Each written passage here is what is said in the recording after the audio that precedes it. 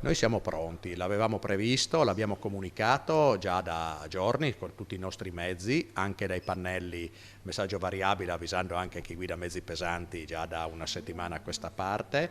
Quindi abbiamo un'organizzazione da giornata di esodo da codice rosso, anche se questa era una giornata da codice giallo, quindi noi siamo strutturati e pronti per ogni evenienza.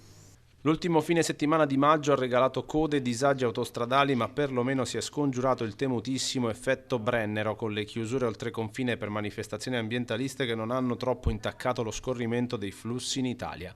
A ogni modo le difficoltà maggiori le hanno sperimentate le uscite rivierasche e i loro caselli, visti i corposi flussi per sfruttare il caldo del fine settimana.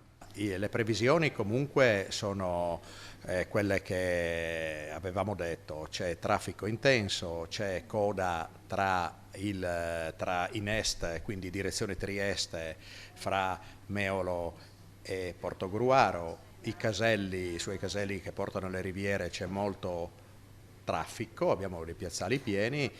Degno di nota è il casello di Latisana, quindi verso le nostre riviere abbiamo più che raddoppiato il traffico di uscita. Non pensiamo di avere un numero elevato rispetto al previsto di mezzi pesanti, dalle informazioni che abbiamo anche con le concessionarie limitrofe.